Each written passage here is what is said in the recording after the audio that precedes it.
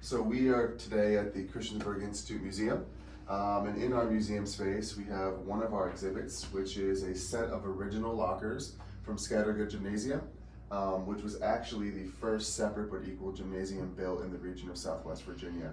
These are original athletic lockers that we were able to reclaim, bring into our museum space, and then our museum curator created individual highlights of alumni who attended the school for each actual individual locker unit. So I won't go over all of them, and please come check them out in our museum to see them in full. But very importantly, Miss Elaine Bell Carter, class of 1948, was the first executive director of Christiansburg Institute Incorporated.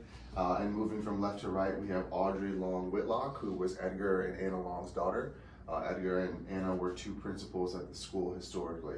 What's really cool about this exhibit, everything on the inside of the exhibit is totally touchable.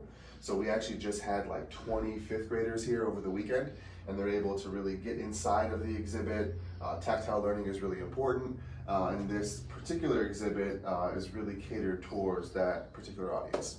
So these are two of our panels that exist throughout the entire museum space. There are 6 total, and they give kind of a left to right introduction to CI's history as best as they can, knowing that CI was a 100-year institution.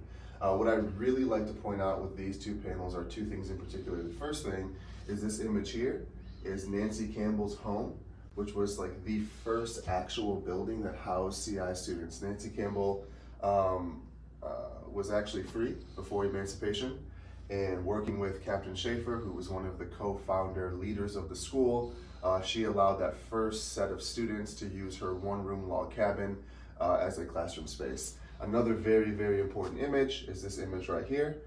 This is depicting Booker T. Washington in 1909, standing on the historic CI campus right here in Montgomery County.